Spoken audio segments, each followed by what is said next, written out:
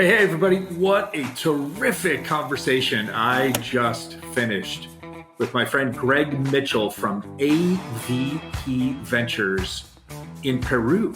So we went from Los Angeles to Lima, Peru. And if you are interested at all what it's like to build venture capital business in a developing economy, what's going on specifically in the Peruvian entrepreneurial economy, or just what it takes to take an innovative, bottoms-up, people-centric, positive, long-term approach to building from a venture fund to a venture firm to a local and regional organization that can help build a venture economy, you're going to want to enjoy this conversation with Greg. So I hope you dive in. I hope you enjoy it as much as we did making it, because this was one of the most enjoyable conversations around the venture capital entrepreneurial economy of Latin America with an entrepreneurial thinker like Greg Mitchell that I've had in a long time. So have fun.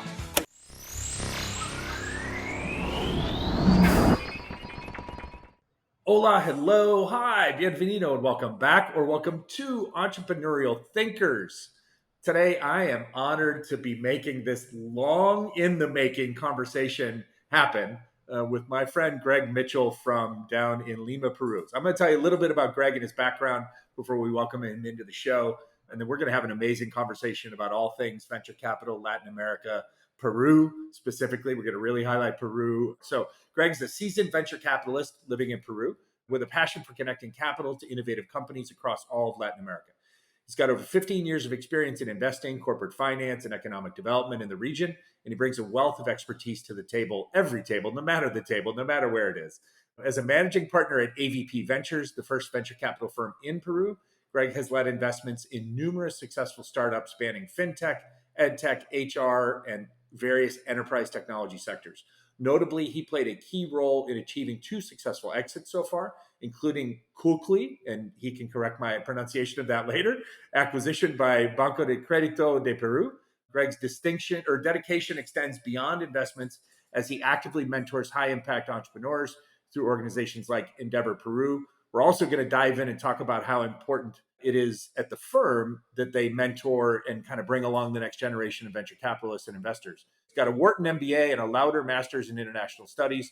And as such, Greg is uniquely capable of bridging the gap between the American investment acumen and requirements and the ever-changing and growing landscape of Latin American business. So, Greg, my friend, bienvenido. Welcome, buddy. Thanks very much, Rob. I appreciate you having me. It's fun to talk with you. No, always. We are longtime social media / online digital friends turned podcast collaborators today. So we're going to have a great time. And believers in the power of positive thinking and mutual support. It takes a village. So that's it, man. I think your positivity has rubbed off on me. That's for sure. I'm trying to spread that to Peru as well. That's the mission, man. I'm all in on that. So I'm super excited. I'm grateful to have you join us today. We've got a bunch of things we're going to talk about, some of which I teased already in the intro. But I want to go kind of big picture, deep dive question right out of the gate. Why do you think entrepreneurial thinking is so critical to growth in Latin America? Because the solutions need to come from Latin America.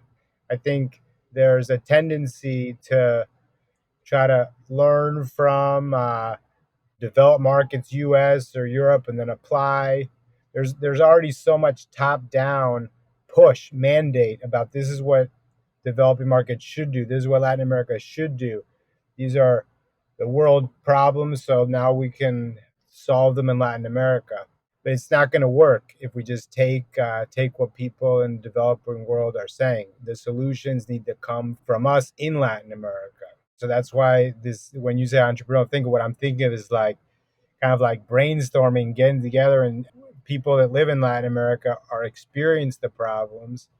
So they need to be ones that solve the problem. It's like when we invest, we like to invest in founders that come from the industry and have seen the pain point on the other side. And now they said it was so strong. They're like, I can't deal with this pain point. I need to build the solution. So it's like we have a lot of pain points in Latin America. We need to be the ones that create the solutions for us. They can't be just some cookie cutter from someone else's idea or need or thesis. I love it. And I 100% concur. I used to say, as I barnstormed around Latin America from 2015 to to 2020, right up to the lead of the pandemic, I used to always say like, hey, you want to go global, right? Because every young entrepreneur or older entrepreneur, right, didn't matter the level they were at, they always wanted to go global, right? They always wanted to, if they were in South America, they wanted to get to the Mexican market, and then they wanted to get to the US, and they wanted to get to Europe, Right. and I always used to just say like, you want to go global, go local, Yeah. right? Yeah. Like tell me if you can identify with this. I was we were running a program, helping a group run a program in Mexico at one point, and a couple of kids, young entrepreneurs, aspiring entrepreneurs, right, were lamenting the fact that they hadn't come up with a great idea, right? And I said, here's the exercise that I always suggest to people, and this would apply anywhere, but really in developing markets, right? I was like, you're going to take the bus probably home from campus today. You're going to take the bus back to campus tomorrow for the next day of the program. Take your little notepad of paper out while you're on the bus there and on the bus on the way back, and just look at the things that you see and the problems that you see as you're on that bus trip, and just scribble them all down. No filters, no thought processes, no like, is it a big market? Just write them all down, right? And then when you come in, I bet you'll have a list of probably 30 or 40 things. And I said, I 100% promise you that there are 6 or 8 great business opportunities inside of that list of things. Yeah. Just a matter of being a little bit more observant, realizing that we're living here, so solutions come from us, and we need to start being more observant about problems that they can be solved, not just accepting the status quo. Yeah, totally agree. All right, so let's do this. Let's back up a little bit to give the audience some context. What's your story, man? Like, how did you wind up in Peru? Yeah, I probably shouldn't be here. I mean, I grew up in Connecticut in the U.S. There's no reason why I should be speaking Spanish. But for me, I think learning Spanish has become like a life journey for me. This is what has been the creative, artistic side of my life. I wouldn't consider myself a creative person or an artistic or musical person, but I decided that learning one language well would be that part. So I think that was kind of the first step. Partly because of that, I decided to serve in the Peace Corps in the Dominican Republic. So after college, I lived in the Dominican Republic for 2 years. Okay. I was, besides serving people in the Dominican Republic and sharing cultural experiences with them as an American, I did want to use that time to improve my Spanish vocabulary and pronunciation, because I'd gone through like a lot of the Spanish language book smarts that many people, in U.S. High schools and colleges do, but I still couldn't speak Spanish, so I needed to. That was like a life goal for me. Yeah. And then so once Took that happened, took it out into the field, literally. yeah, and then once that happens, kind of one thing led to another. I'm kind of more of a intentional person, so I really wanted to build off. It wasn't like, okay, I learned Spanish, now I want to learn Japanese. No, it was like, okay, Okay. I learned Spanish, now what can I do with this tool in my life? So, I kind of took that when I went back to school for this. You mentioned this MBA and masters. It was the idea is to combine the business with Latin America, Spanish Okay. speaking Latin America business proficiency, cultural and business proficiency. So So that was the here's goal. this East Coast guy, Connecticut guy, does his public service, which by the way, kudos for that. That's a whole other podcast we could do about the importance of national service, I think. But so does his public service in Central America, right? And is pursuing the language, the whole process through, goes back to the States and East Coast, east side of the country, like gets his MBA. But at that point, you're eyeing a return to Latin America with all this knowledge plus more Spanish. Yeah, I think the purpose of this going to school was coming back to Latin America, and specifically working in the private sector. I worked in the public sector, obviously with the Peace Corps, that's the U.S. Government, and I wanted to, work in the private sector and also have that experience. I wanted to become an investor in emerging markets. So there's a lot of people I knew that I could have done that in New York or other cities in the US. Other people do that, but I felt like if this was like a long-term career path for me, so I wanted to start with on-the-ground experience. That would be like the best way for me to become an emerging markets investor. So It's incredible. I'm still in Lima. I still feel that way, and I've been grateful for this path. How long have you been there now? 13 years. That's incredible. Good for you. Mhm. What an amazing adventure.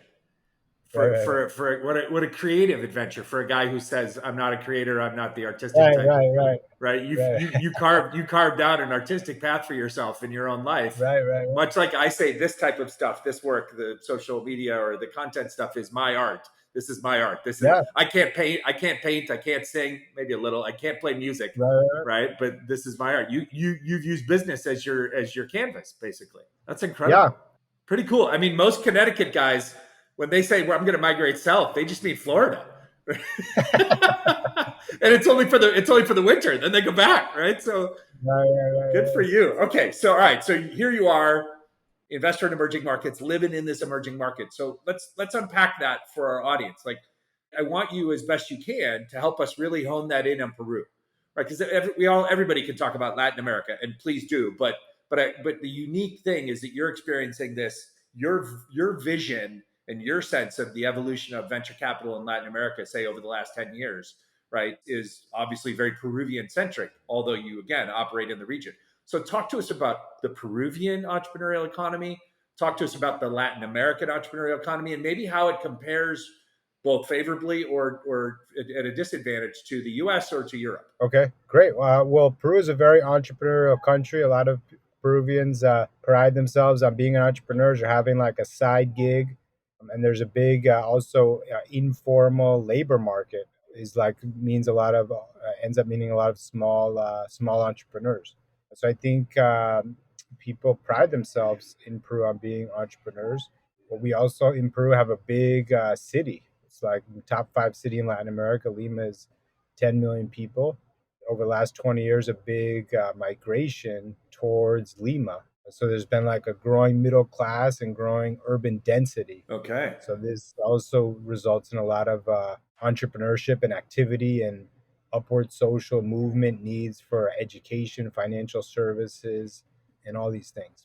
At the same time, there's huge inequality. Most of the economy is dominated by a few business groups, and it's the upward mobility channels or avenues like education, for example, is still not the quality that or like formal jobs.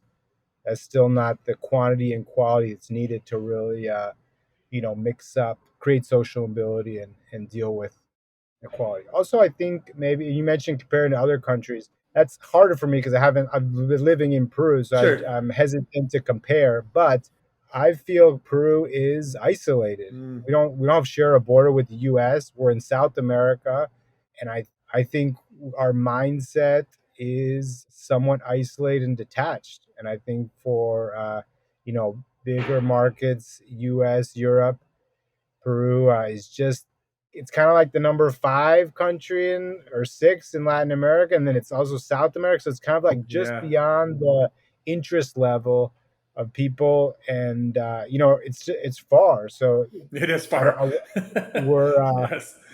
I think there's an isolation factor that also makes it tough. Makes it tough for us. No, I would agree. Let's do this if we can, because we've got lots of folks that listen that are from the region and from different parts of the region. So, in my experience, right, I lived neighborly to Peru. I lived in Chile for about a year. I lived in Santiago. Right, there's a lot of crossover between the Peruvian kind of economy and the Peruvian culture as a whole, and the Chilean culture. Let's just, if we can, if you have any context, maybe just compare those two, right? So Chile, for a bunch of frankly sadly wrong reasons, is probably more in the consciousness of American history than Peru is. But it's and the Chileans have done a nice job of kind of marketing themselves to the American market or to the West, so to speak. So, like, how do we compare the Peruvian entrepreneurial economy or economy in general with the Chilean experience? Because I can validate what you said. Same levels of inequality, same levels of kind of elitist control of certain segments of society. In Chile, I think we always used to call it was like the seven families that controlled kind of 80% of everything. And then obviously with 2018, 2019 in Chile, they saw the beginnings of the backlash of that inequality and those problems. So maybe let's compare a little bit of the two just to give people some context. Well, I mean, first off, I think there is a lot of communication and collaboration, especially within the startup community and entrepreneurial community.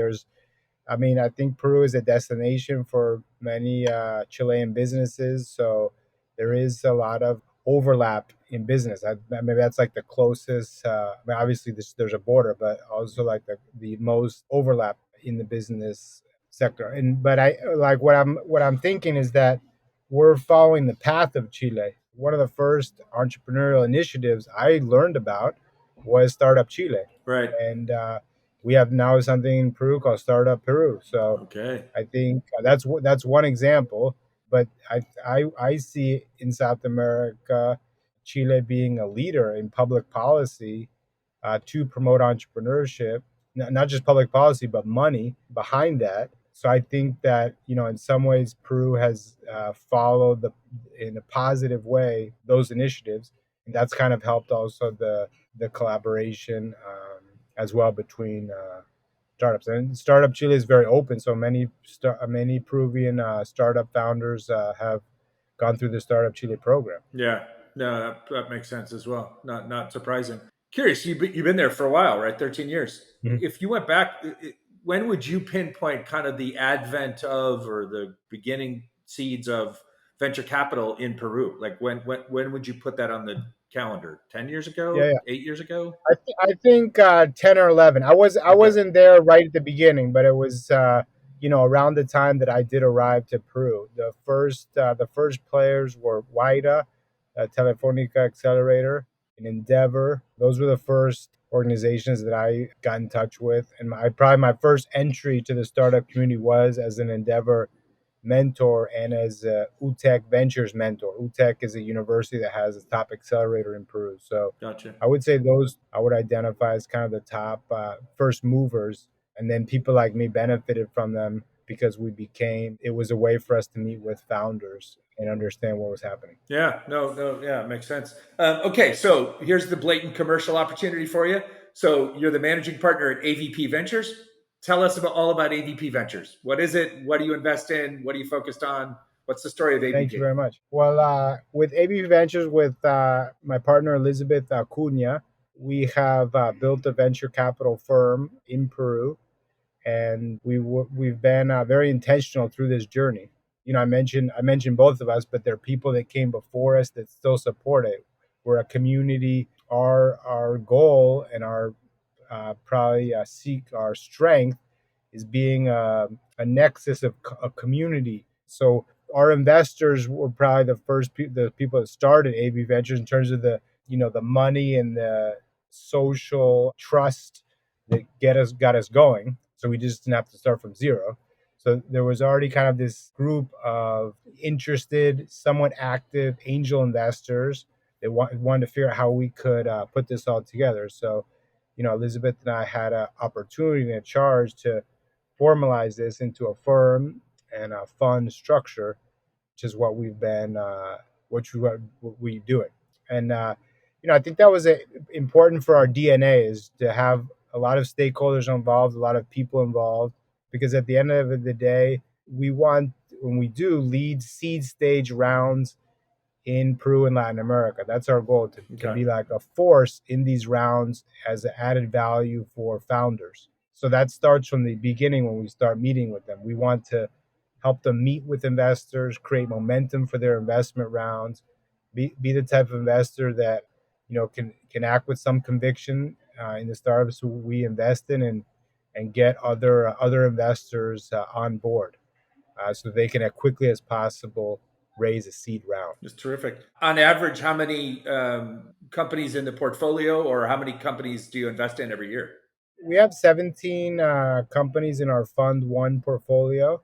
That fund is a 2017 fund. So we probably invested 3 or 4 companies per year through 2021, and then beyond that we do matchmaking with angel investors. Nice. Awesome. Tell me specifically, this is something I picked out of your LinkedIn and a couple different places. I want to dive into AVP a little bit because you say something really interesting, which is that you believe that part of your mission, like it's part of your purpose as a firm, not just as an individual leader, is that you are there to train the future managers of venture capital in Peru and the region. So, two parts of that, like why is this so important to you, and then how do you execute on that? Okay, yeah. So why it's important to me, because I think that we are still very early and very small in terms of the venture capital industry in Peru. I would be hesitant to say the industry exists. I think more realistically, we're on year 10 of a 25-year journey. So we still, each of our firms and funds, in order to be successful, we're interdependent, and we need to make sure that the industry exists. So I think we need to do a lot of work besides running funds to validate the industry. So it's kind of like a long term approach that understands our place in the industry and the early stage of our industry, not assuming that this exists. I think that Yeah, it's I think there'll always be venture capital funds, but we need to turn funds into firms, and we need to turn firms into an industry. there you go. Right now in Peru, maybe they're, depending on how you define a fund or fund size or active, there are 4 or 5 funds. Okay, Could be a little bit more, a little bit less, but I mean that needs to be 25. Like we're not even close. right. So if we think we're close, then like we need to realize that the analysts and investment professionals in our funds or entrepreneurs we invest in, we're just the precursor for them running funds. Gotcha. Uh, and in order for all this to work, they need to be the future fund managers. I love that. So when you recruit people, or when, as you say, sometimes it's the former founder turned future investor, right? You're looking for that. You're looking for that ambition, not just, hey, I want to get a job at AVP, but hey, I'd be grateful for a job at AVP because I eventually want to have my own, ABC firm, or I eventually want to do Yeah. this in the country. So that's part of what you're seeking. Yeah, I think what we want to understand, like for us, like the definition of what means you're passionate.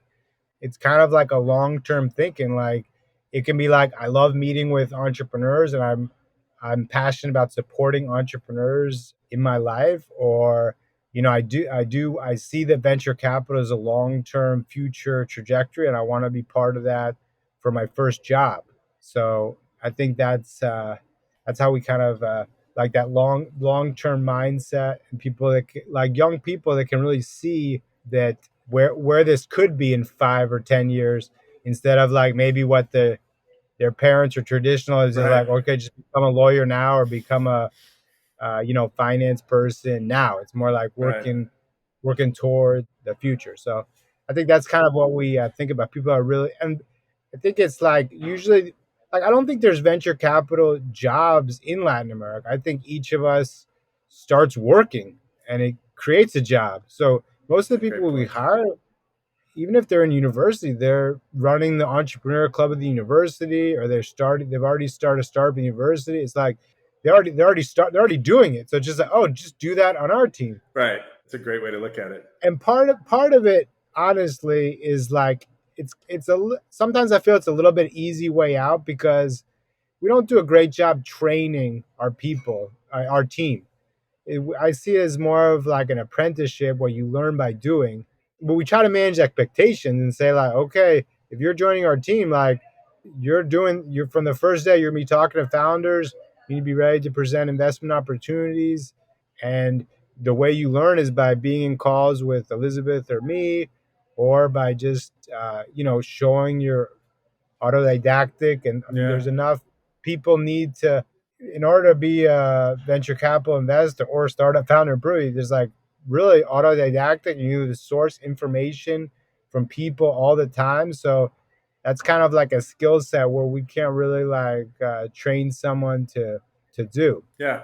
Makes We, sense. we try to hire people like that and set expectations that this is what's gonna be.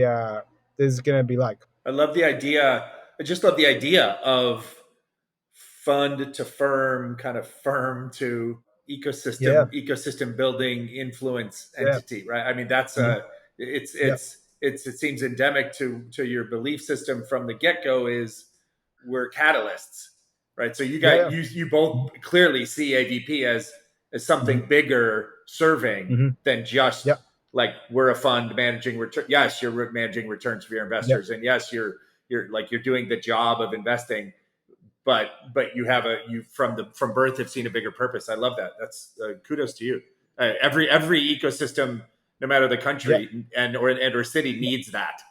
That's yeah. terrific. Well, thank you. I think that we shouldn't. We need to be aware that I don't that venture capital is not a I would say it's not a validated accepted asset class in Latin America.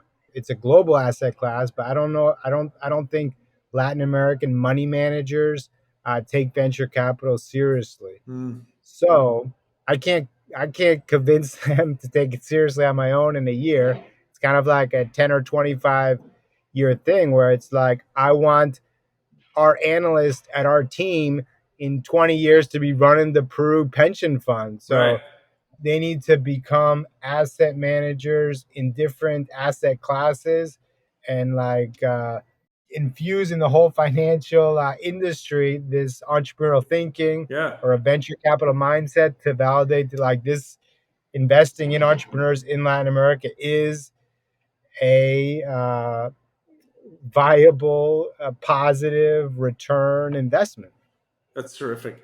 People will tease me here oftentimes in Los Angeles, and in general, I talk like this, but I oftentimes talk about it in the context of the city when people ask, what do you think is going to happen in the future or the next generation, et cetera. And I always say, well, XYZ, for the next 50 to 100 years. And people will laugh, and it's an easy retort, right? Because they come at me and they go, dude, you won't even be alive for most of that. Like, what are you? You're 56 years old. Like, what are you talking about, right? And I say, yeah, but that's how I live my life. That's what I've done in my past business. That's what I'm about to now do in this media business. Is the idea is the whole purpose every day has got to be bigger than you and I, Greg. Right? It's Yeah, it's got to be it's got to be exactly about what happens after I'm gone. Right? mhm, That's what yeah, really matters. Not as you say, not so much what happens in Q4 of 2024 or Q3 of right. 2026. So kudos to both of you. I love that. Quick side, kind of related, but I just organizationally, I want to make sure we make mention of it so people are aware. Talk to us about PCAP.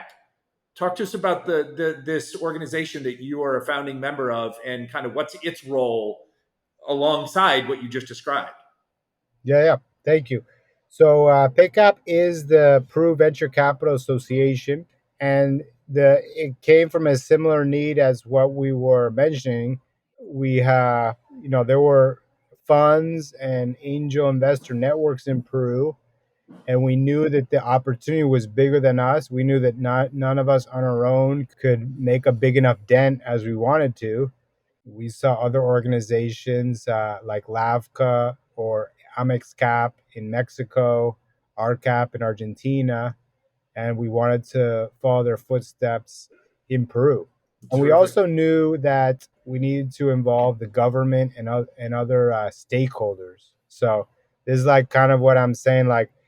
It's not enough for each of us just to say, okay, I'm a venture capitalist. All I do is raise money and invest in companies. No, I need to get out. I need to connect with the government, get the government on board, make sure there's universities pulling out entrepreneurial talent. It's like all hands on deck. It takes a village. Rising tide, all the cliches. Rising tide lifts all boats. Good for We you. just need to be doing everything. So I think most investors like me, we're really divide our time. Fund management is sometimes even less than half our time because things like telling the story, creating a community, and PayCap for us is this association is part of it. So I mean, Amazing. some of the needs we saw to organize PayCap was we needed to promote public policy initiatives for funds and articulate how that trickles down and supports entrepreneurs and we're the intermediaries to get more money to more entrepreneurs.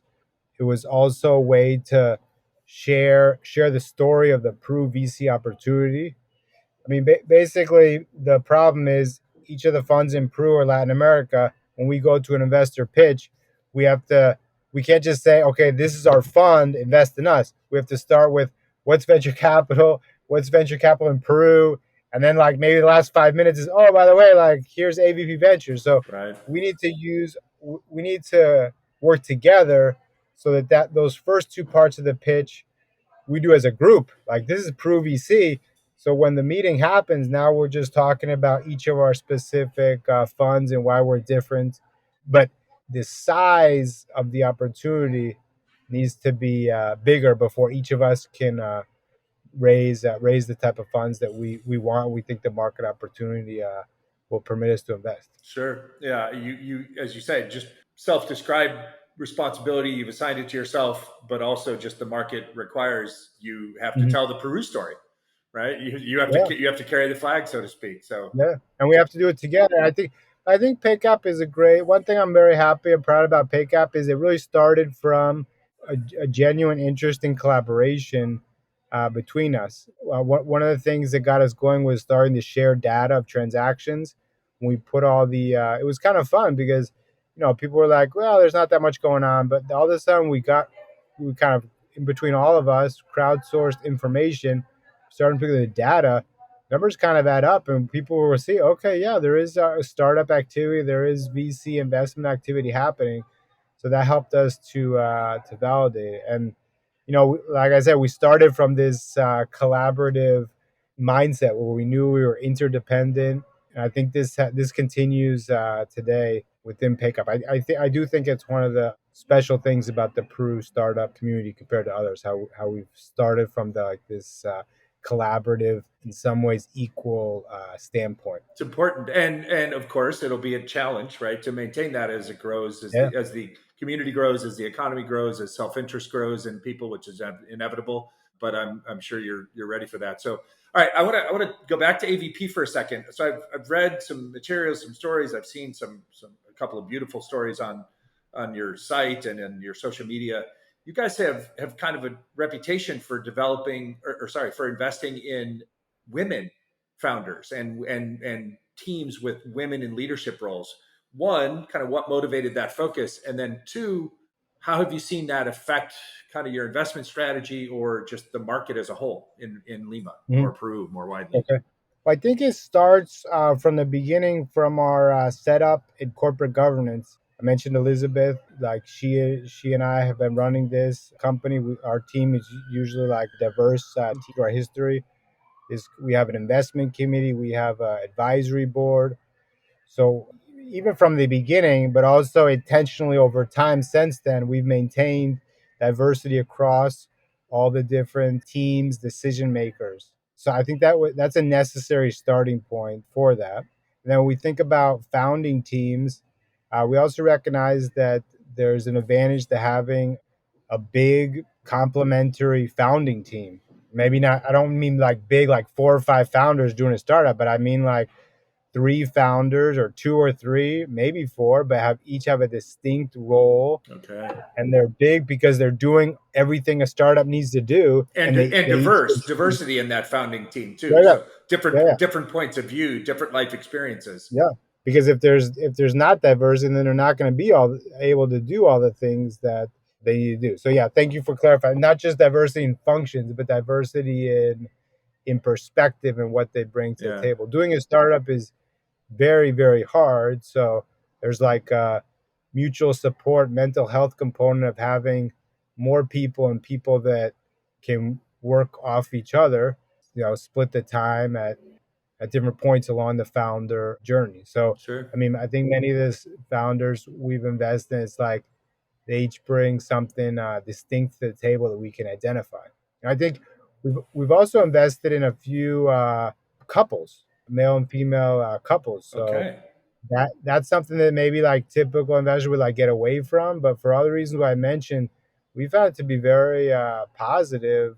Those relationships have been supportive of the startup. So That's I terrific. think that's I mentioned all those things because yeah, we have invested in a lot of women. I think we've been intentional about it, but it's not like an intentional. Okay, let's find all the women and invest in all the women. No, it's Fair. like how can we set the structure? How can we create criteria? This like this is a real value to have a diverse team, and maybe like one step back, like a lot of my personal motivation comes with this inequality that exists Latin America in our world, Yep. and I see entrepreneurship and venture capital as a mechanism for talented people to themselves improve their lives and create solutions that will improve other people's lives. So we're not like going to the US MBA programs and like let's invest in all these founders. We're trying to invest in like maybe people that have less access to capital and being a catalyst for them to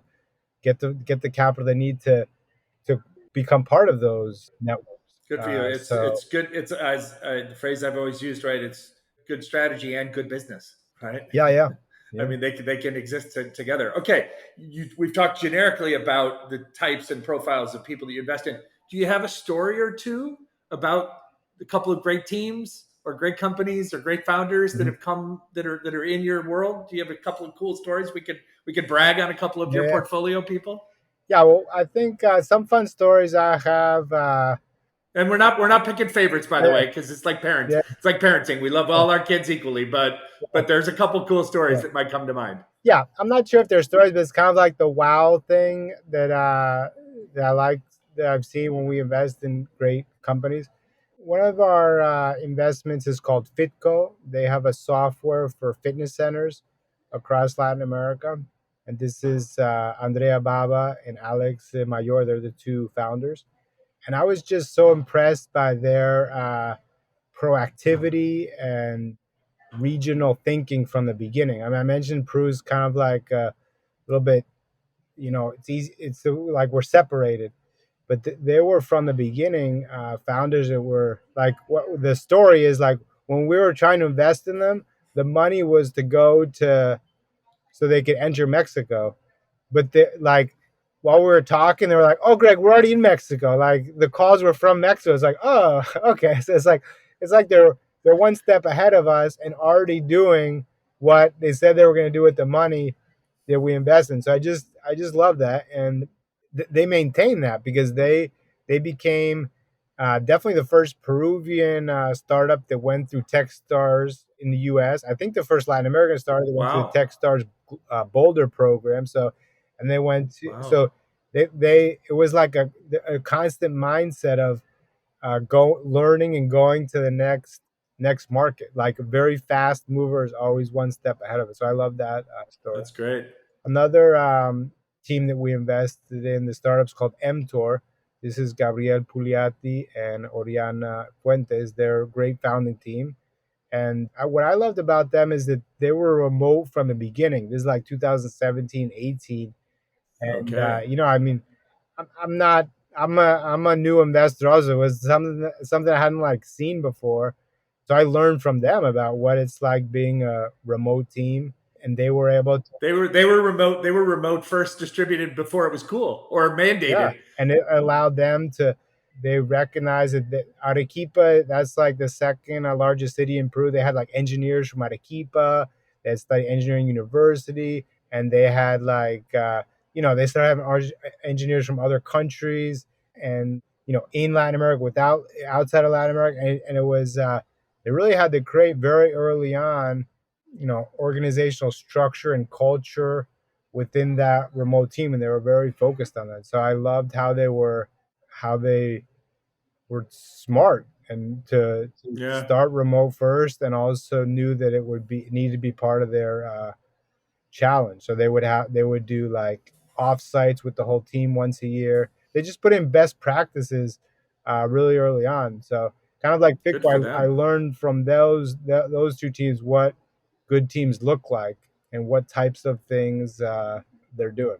And so a lot of it's like a wow factor where I Right. learn from them. Terrific examples. I mean, the adventurers, Yeah, right? yeah, Experimenters getting out in front of their market, yeah, out there testing it in real time while raising money to go test it further. yeah, And then the whole, I mean, I've been a remote first distributed guy for long before it was the thing that we had to yeah, do. And so I'm a huge fan of anybody. And you nailed it. The fact that they were smart enough and humble enough to say, okay, we've got to invest in best practices on how to communicate, how to build yeah, relationships, how to connect with each other, on a regular basis, even though we're remote. yeah, When we read all these Wall Street Journal stories about all these from these, massive CEOs who own huge portfolios of real estate who are telling the world that we all need to be back in the office. yeah, I'm like, no, I was like, you don't need to be back in the. I said the fact that you struggle at managing your people out of the office has nothing to do with your office building Yeah, that's portfolio. good. It has to do with the fact that your Yeah, management techniques were taught in like an MBA class in the that's 1950s, true. right? I was like, you got to like just modernize how you Yeah, manage and lead, that's true. Yeah, well, right? So mTOR has literally a whole playbook, good for them. manual for how other companies could do that, because they were that intentional where everything's really well documented and It's terrific. Good for them. All right, so couple faster rapid fire type questions. So if investors were listening and they want to know, little forecaster, Greg the forecaster. So over the next 10, 15 years or so, what are the two or three key industries in Peru specifically that you think present tremendous opportunities? okay, education and financial services. So Okay. that's the answer. Boom. That is obvious. Yeah. Yeah. And I mean, one thing we've talked about is the question is interesting because the main sectors in Peru are mining, agriculture, export, Right. fishing as well. So I mean, we kind of think about when we were thinking about top down theses. We we try to test that out. Should we try to push these sectors? But really, it ends up being the sectors where there's a need, where there's a social need, and where Of people course. want to and willing, and where there's gaps in society. So this is That's so that's awesome. that's why if we're trying to be too smart, or like public policy dictating, we probably pick mining and agro. But it's really where that's where the need is. So That's a you know terrific. Very, very, very clear. And I mean, easily, obviously, it was jump to mind for you. It was right. It was the obvious answer right away. yeah. And so the clarity of the opportunity is terrific. So follow on to that. And now we're into our closing section. So what two or three pieces of advice would you give to those looking to invest in Peruvian or Latin American startups, particularly from the perspective of like mitigating risks or maximizing their returns? Okay, great. Well, I would suggest thinking about as bottoms up. That's what I do. But unless you have like a really specific being bottoms up for me means talking with entrepreneurs and letting the opportunity and thesis come out of what's already there. And it means you're talking to a lot of entrepreneurs before you invest. So I think that's what I would recommend. Talk with entrepreneurs and have your investment thesis kind of come out of that. So bottoms up approach and be open minded, a little bit flexible with your investment Yep. thesis going in. Yeah.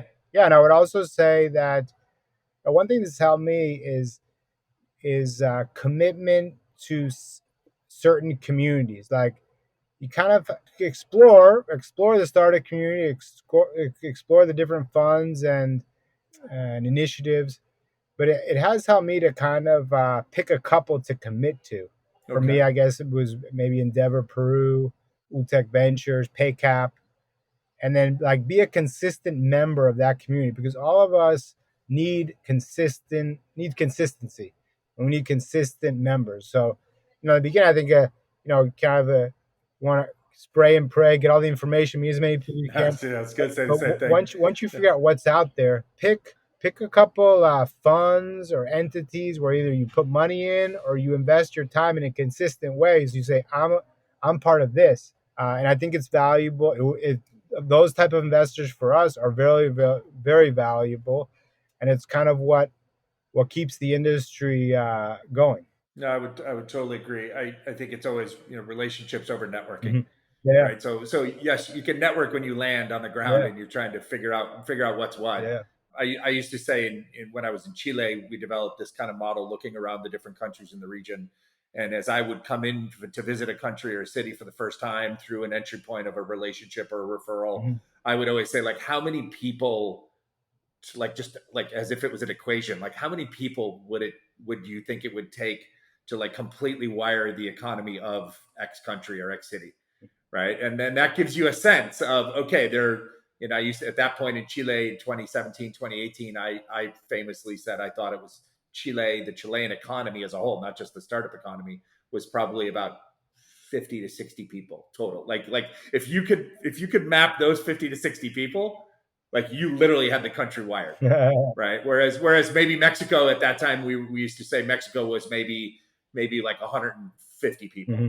Right, because just bigger geographic country, bigger, more diverse country, more more industry, et cetera. But that's but then to your point, don't try and then be everything to everybody. Yeah, Pick those yeah, relationships inside of that yeah, map. Inside, pick your couple of organizations that are yeah, the organizations that resonate with yeah, you, or whatever they yeah. might be. And That's terrific advice. stick with an organization if it's not perfect, or if you see another shiny organization that's just starting. Like Yeah, stick with it a couple more months or a year or two, because I think it's a learning experience to go through that, and it's also a way to support the organizations or funds.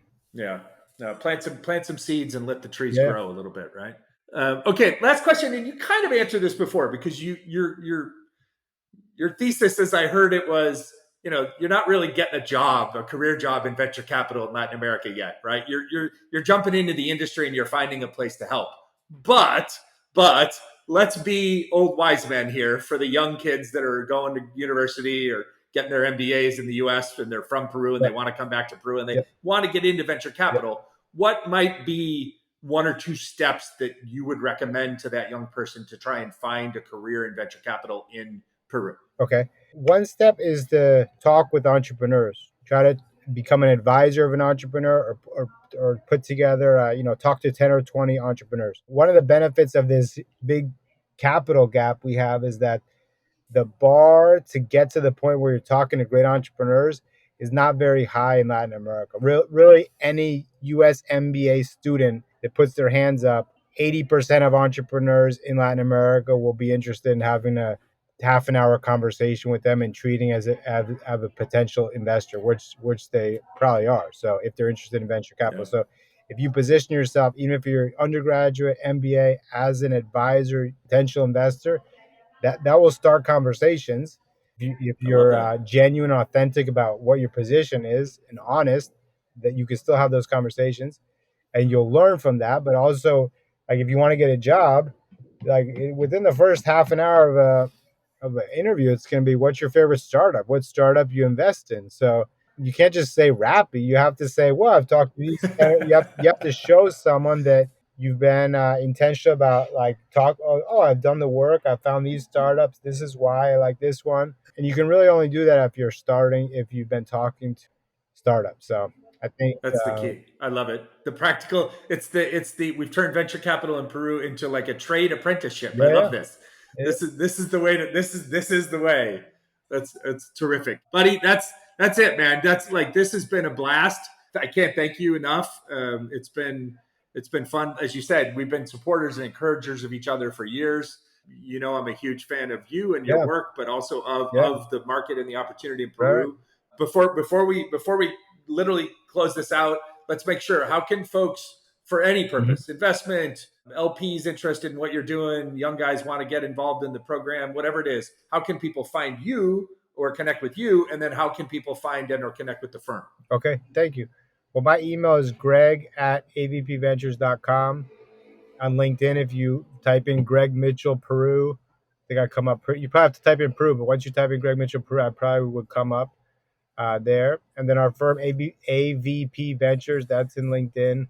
And our website is avpventures.com. So you can, you mentioned on our website, we developed our website to share founder stories. You can go to our website and read about stories about founders that we've invested. And I appreciate what you're doing, Rob. I think I would love to be in the same office as you every day, but I know that for us to do what we're doing, I need to be in Lima and you need to be in Los Angeles, and we all need to be in different places for this to work out. So it's fun to connect with virtually and have this conversation. No, I appreciate it, man. I love it. Thank you so much. We're spreading the joy by being remote, by being as distributed as we can be. That's right. This is terrific. Thanks, buddy. Okay, thank you. Well, I hope you enjoyed that episode as much as I did recording it. As always, we thank you so much for listening and watching. Today's show was recorded here in Los Angeles and produced by the incomparable Deanna Bernal in Mexico City. You know, we can only grow this show by you listening and sharing the show with friends. So please find, like, follow, subscribe, and share our audio-only show on Spotify, Apple, or via any other popular podcasting platforms, as well as find the video version of our show now available on our YouTube channel over at Entrepreneurial Thinkers. And of course, you can follow along on our various social media platforms for fun and informative clips and content at Entrepreneurial Thinkers, wherever you can find us. And if you'd like to connect with me, you can find me at I Am Rob Ryan on just about any social media platform. Gracias, thank you, and have an awesome day.